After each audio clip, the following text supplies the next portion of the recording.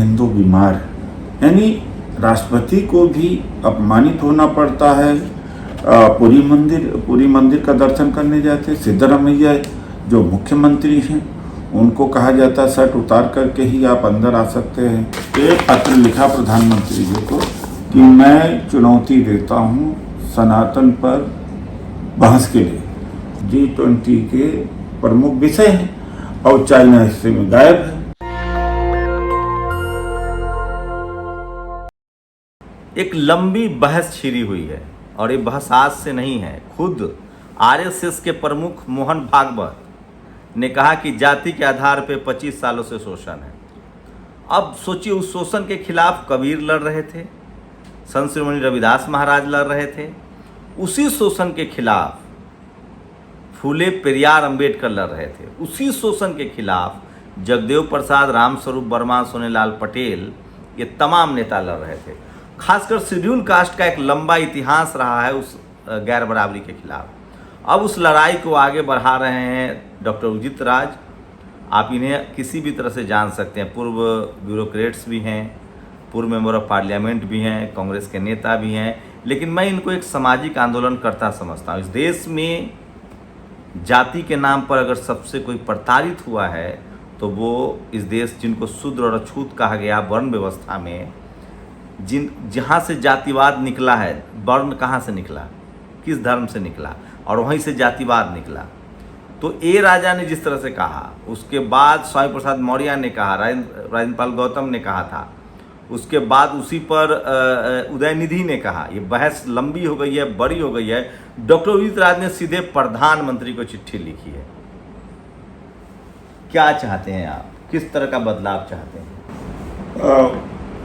उदयनिधि स्टालिन ने जब ये कहा कि सनातन डेंगू और मलेरिया जैसा है, तो इसकी बड़ी तीखी प्रतिक्रिया बीजेपी की तरफ से आई और द्रविडियन कल्चर का यह हिस्सा रहा है।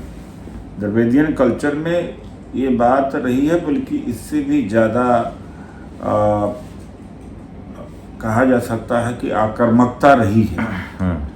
हिंदू देवी देवताओं के मूर्तियों को और जो भी पूजा पाठ की सामग्री हुआ करती थी उसको संविधान से पहले, संविधान बनने से पहले उसको इकट्ठा करके, ये भी बताइए, संविधान बनने से पहले पेरियार का आंदोलन चला है। तो जलाते थे, जूता मारते थे। कहने का मतलब कि द्रविडियन कल्चर एक उभर करके आया, वैसे भी द्रविड़ कल्चर अलग रहा ही। तो पेरियार जी के नेतृत्व में आंदोलन लड़ा गया। फिर जब उदयनिधि स्टालिन ने बयान दिया तो ऐसा लगा कि जैसे कोई नई चीज हो रही है, जबकि नई चीज नहीं हुई है।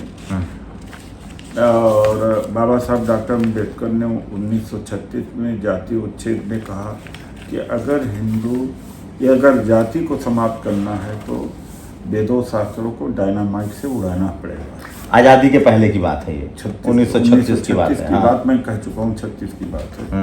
उसके बाद में उन्होंने कहा कि हिंदू बीमार है, एक बीमार दूसरे को बीमारी देता है और दुख देता है, यह भी उन्होंने कहा था। ये विमर्श था, उस समय का विमर्श था। इसके अलावा भी तमाम लोगों ने हिंदू धर्म के ऊपर, सनातन धर्म के ऊपर चर्चाएं करी, कटाक्ष किया, और बाबा साहब तो बल्कि सनातन से निकल करके बौद्ध धर्म अपना लिया। कोई नई बात तो थी नहीं।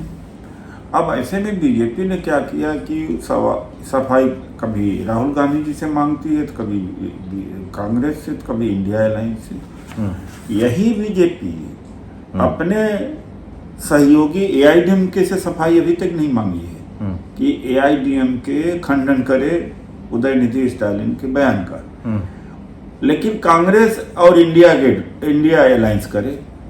तो ये सनातन से इनको मोहब्बत है कि वोट से मोहब्बत है?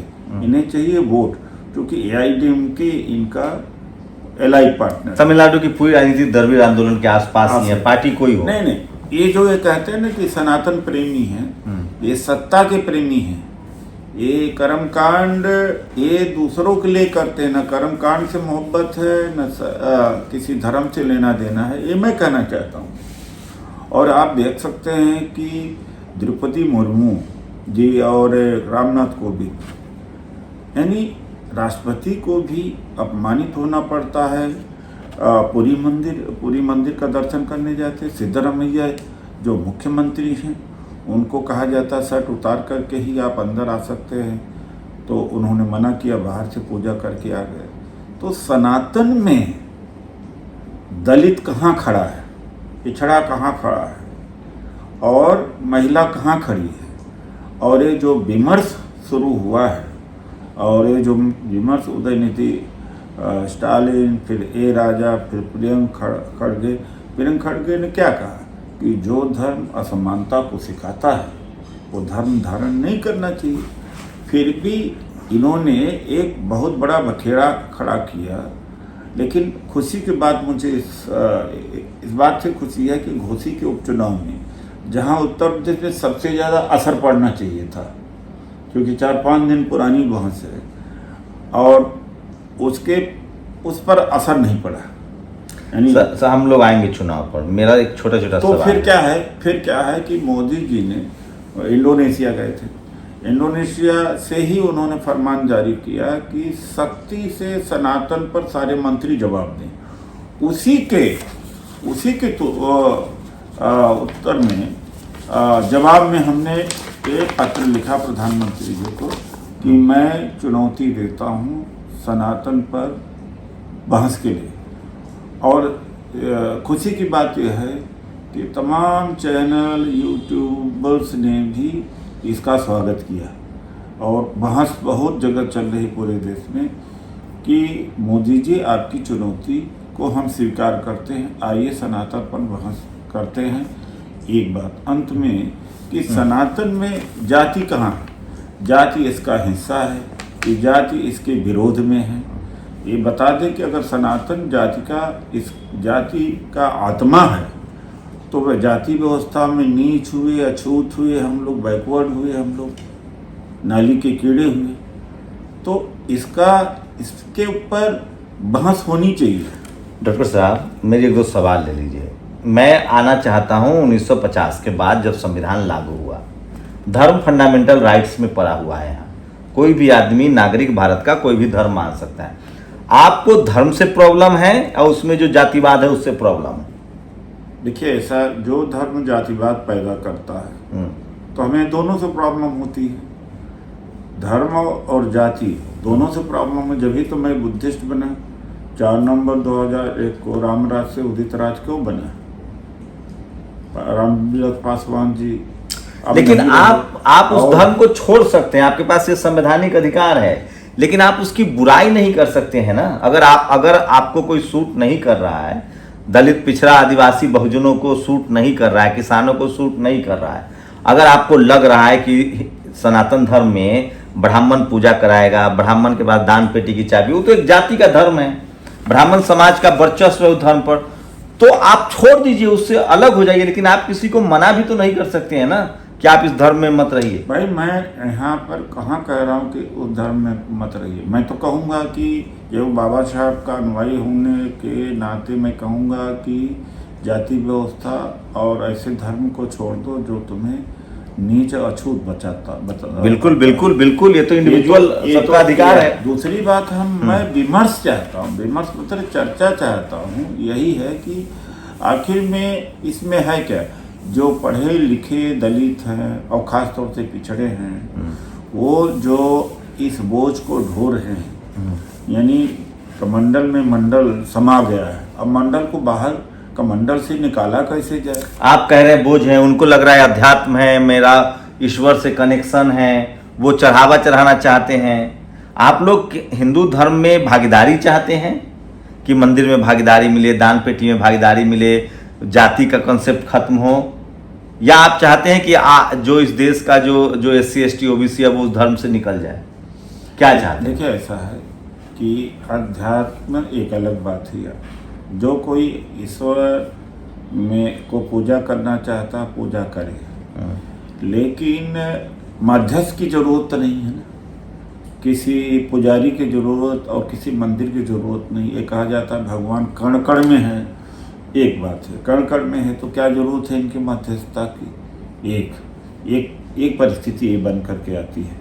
दूसरी परिस्थिति ये बन के आती है कि मैं इनमें कोई हस्तक्षेप नहीं कर रहा हूँ। जो वहाँ पर लोग हैं लात खाएं जूता खाएं, हम तो बुद्धिस्ट हो गए, हमारे रीति रिवाज अलग हो गए।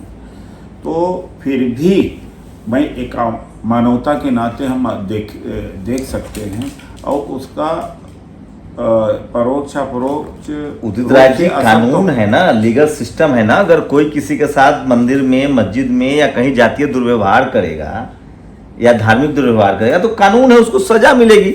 लेकिन वही संविधान ये भी अधिकार देता है ना कि आप किसी धर्म की आलोचना नहीं कर सकते हैं। देखिए, ऐसा है कि धर्म की आलोचना की बात कहाँ है भाई। जब उन्होंने अब ए राजा ने क्या कहा, स्टालिन उदयनिधि ने क्या कहा? देखिए, वो आज जातिवाद पर बोला या उन्होंने धर्म पर बोला? नहीं, वो धर्म पर बोला उन्होंने। और उनका उनकी अपनी आज़ादी है। ये तो हमारे पार्टी के सेक्रेटरी जनरल के.सी. वेणुगोपाल जी ने भी कहा, सर्वधर्म संभाव। वो उनकी मान्यता है, आपकी वो मान्यता है। भारत का जो संविधान की धारा 25 है, सबको अपने धर्म को पूजा करने या मानने या उसका प्रचार करने का अधिकार है। तो अपनी उनकी मान्यता है, ये अपनी मान्यता कर रखे। तो आप जातिवाद खत्म हो, जातिवाद तो ऑफेंस है ना भारत के संविधान के हिसाब से। कास्टिज्म एक लीगल ऑफेंस है, लेकिन वो तो खैर व्यवहारिक में नहीं होता। जातिवाद तो है ही है। मैं आपको ये बता दूं कि बहुत मुश्किल है कि इस देश का बहुत अच्छा भविष्य 100-200 वर्ष में हो, नहीं देख पाता। जो दलितों ने भी जो जाति छोड़ा या जाति की जो भर्त्सना करते हैं, वो भी उपजाति में फंस गए हैं। नहीं, वन व्यवस्था में जो सबसे नीचे हैं, शेड्यूल कास्ट, शेड्यूल ट्राइब, वो तो छोड़ रहे हैं ना इस धर्म को। वो कह रहे हैं कि हमें नहीं रहना इस धर्म में जो हमको सबसे नीचे डाल रहा है। लेकिन वो आपस में तो उपजाति बात कर रहे हैं। इस उपजाति के अभिशाप से कोई बच नहीं पा रहा। अभी जो बौद्ध धर्म जो अपनाए वो कम उपजातिवादी हैं, भयंकर हैं, डोम। तो फिर आप सनातन को ही कैसे ब्लेम करिएगा? तो वही तो मैं कह रहा हूँ कि हमें भी अपने अंदर झांक के देखना पड़ेगा। सनातन को ही नहीं देखना पड़ेगा, अपने आप को देखना है। अब राजनीति पर आते हैं। क्या बीजेपी को इसका राजनीतिक फायदा मिलता हुआ दिख रहा है? क्योंकि वो हिंदू पोलराइजेशन कर रहे हैं, क्योंकि अखिलेश यादव भी हिंदू हैं, लालू भी हिंदू हैं, आपके राहुल गांधी भी हिंदू हैं। इंडिया गठबंधन में लगभग हिंदू लोग ही हैं, कोई अभी तक मुसलमान तो बड़ा चंक है नहीं। तो क्या लग रहा है आप लोगों को, इससे हिंदू विरोधी साबित किया जा रहा है? हिंदू विरोधी साबित करने की कोशिश किया जा रहा है। इससे कैसे बच पाएंगे? देखिए, ऐसा है कि मैं पार्टी में भी वार्तालाप कर रहा हूँ कि इस मुद्दे के ऊपर एक लाइन तय करनी चाहिए, वरना अपर कास्ट तो इंडिया अलायंस को, कांग्रेस को वोट देगा नहीं। लेकिन जो बहुजन है उसके ऊपर तो उसको तो कंसोलिडेट करें। इसलिए इस बहस से हमें भागना नहीं चाहिए, इस बहस में आना चाहिए। ये भी तो घोसी में लगा इसका असर हुआ, चूंकि अखिलेश यादव को जिस तरह से वोट मिला है एससी, वो उन्होंने खुद अखिलेश यादव ने कहा कि हमने पीडीए के कॉन्सेप्ट से चुनाव लड़ा है, पिछड़ा, दलित, अल्पसंख्यक। कैसे देखते हैं जो घोसी का रिजल्ट है? और आज लगभग 5 बड़े राज्यों में बीजेपी बैकफुट पर रही। झारखंड में अपनी सीटें गंवा दी, उसकी जीती हुई सीट थी। पश्चिम बंगाल में गंवा दी है। घोसी सीट तो खैर सपा के खाते में था, वो पार्टी बदल के गए थे। इसको कैसे देख रहे हैं? उत्तराखंड की भी जीत इनकी नहीं है। उत्तराखंड में जो कि जो उस समय विधायक थे उनकी डेथ हो गई है, तो सहानुभूति की लहर रही है। फिर भी फासला कितना है? डेथ वाली सीट भी वो हारे हैं। झारखंड वाला डेथ वाली सीट थी उनके, वहां भी डेथ हुई थी जो बीजेपी हार गई। नहीं, उत्तराखंड में भी मार्जिन बहुत कम रहा। नहीं, तो आप लोग क्या देख रहे हैं इसको? आप लोग जो 7 सीटों पर चुनाव हुआ है, बायपोल हुआ है विधानसभा का, इसको आप कैसे देख रहे हैं? इंडिया अलायंस का कई सेमीफाइनल होते हैं, तो एक सेमीफाइनल ये भी है। इंडिया अलायंस बहुत मजबूती से उभर करके आया है। लोग कह रहे हैं कि कांग्रेस में कोई दलित पिछड़ा प्रधान, अगर कांग्रेस का भी प्रधानमंत्री हो तो वो दलित पिछड़ा हो। या दिग्विजय सिंह जैसे लोग हों? तो हाँ, ये हो सकता है ऐसा, चूँकि बहुजनों की जो बात करता है, बहुजन अपनी पसंद की बात तो करेगा ही करेगा। अपने खड़गे जी को न्योता नहीं मिला G20 में भोज में, अब पता नहीं क्यों नहीं मिला। वो दलित अध्यक्ष हैं, दलित होकर के कांग्रेस के अध्यक्ष हैं, इसलिए नहीं मिला, या तानाशाही सरकार है, या डेमोक्रेसी में विश्वास नहीं करती है सरकार। तो ये तो सरकार जिस तरह से G20 को यहाँ पर सम्मेलन इसका हो रहा है, इसका तो पूरा राजनीतिक लाभ दिया जा रहा है। इतने पैसे की बर्बादी देश में हुई है, हमें मिलने वाला क्या है इससे? अब गवर्नमेंट के पैसे से बीजेपी अपना चुनावी तैयारी कर रही। अरे भाई, जब रूस और चीन नहीं आया तो आधा तो आप G20 यहीं ख़त्म हो गया। सबसे ज़्यादा व्यापारिक रिलेशनशिप किससे है? चाइना से है। सबसे ज़्यादा टेक्नोक्रेट साइंटिस्ट प्रोडक्शन चाइना में हो रहा है। और ये जो ग्लोबल लेवल पर G20 का है, उसका मतलब है कि टेक्नोलॉजी ट्रांसफ़र और ट्रेड रिलेशनशिप, क्लाइमेट और डिजिटल वर्ल्ड में आपस में इंटरचेंज करना, ये सारे जो एक्सचेंज करना, टेक्नोलॉजी को एक्सचेंज करना, यही सारे तो G20 के प्रमुख विषय हैं। और चाइना इससे में गायब है, और रसिया जो हमारा विश्वसनीय दोस्त है वो भी गायब है। अब हम केवल एक ब्लॉक के ऊपर निर्भर कर रहे हैं, जबकि पहले हम बीच में रहते थे, मतलब कि हम तटस्थ रहते थे। तो इस G20 से हमें मिलने वाला क्या है? ये केवल सिवाय कि मोदी जी की अपनी छवि और कि बीजेपी की अपनी चुनावी तैयारी। एक आखिरी सवाल, एक आपके प्रवक्ता हैं कांग्रेस के, उन्होंने कहा है कि हम उन चैनलों का बायकॉट करेंगे और अपने प्रवक्ता नहीं भेजेंगे जहां छुपे हुए बीजेपी के प्रवक्ता विश्लेषक के रूप में आते हैं। बहुत अच्छा है, पवन खेड़ा जी ने कहा है कि ये जो वो एंकर भी एक तरह से बीजेपी का ही प्रवक्ता है, बीजेपी का प्रवक्ता भी है ही है, और जो विश्लेषक होता है वो तो महान प्रवक्ता होता है बीजेपी का। तो इस फैसले के साथ में हूँ और बहुत अच्छी बात है। एक आखिरी सवाल, एक आंकड़ा है कि 250 मुख्यमंत्री बनाने का मौका मिला अब तक कांग्रेस को, 24 उसने ओबीसी बनाए, और बीजेपी ने लगभग 60 के करीब ओबीसी मुख्यमंत्री बनाए। नहीं रहा ये है। क्या कांग्रेस SC ST OBC दलित आंदोलन, बहुजन आंदोलन को समझ पा रही है? अभी भी वहाँ सवर्ण वर्चस्व कायम नहीं, है? अब परिवर्तन आ रहा है राहुल गांधी जी के नेतृत्व में।